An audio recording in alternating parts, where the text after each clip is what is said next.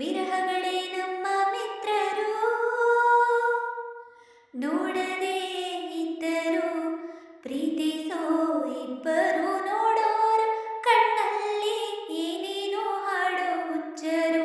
ದೂರನೇ ಆರಂಭ ಸೇರೋದೇ ಅಂತಿಮ, ಅಲ್ಲಿವರೆಗೂ ಯಾರು ಈ ಹುಚ್ಚು ಪ್ರೀತಿ ಮೆಚ್ಚರು. ದೂರದಲ್ಲಿ ಹಾಯಾಗಿದೆ ಕಾಯುವುದೇ ಸುಖವಾಗಿದೆ, ಯಾರೇ ನೀನು ಚಲುವೆ ಅಂದಿದೆ. ಕುಶಲವೇ ಕ್ಷೇಮವೇ ಸೌಖ್ಯವೇ